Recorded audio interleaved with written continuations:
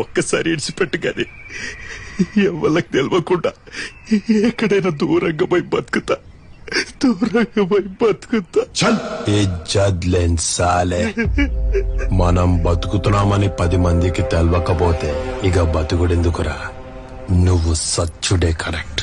తప్పైంది గాని నా ఆస్తి మొత్తం నీకే ఇస్తా. నన్ను ఇడిచిపెట్టు.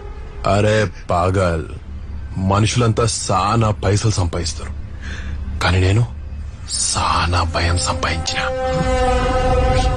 ఇప్పుడు నీ కంట్లో భయం ఉంది చూడు. గది సాల్ నేను ఖుషిగా నీకే. అరే కాశీ, మనం ఎన్ని చిన్న చిన్న ఆనందాలరా.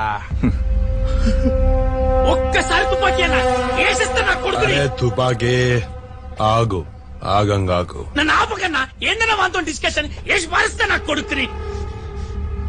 నీతో డిస్కషన్ నాకేందని నేను అనుకోవాలా మరి?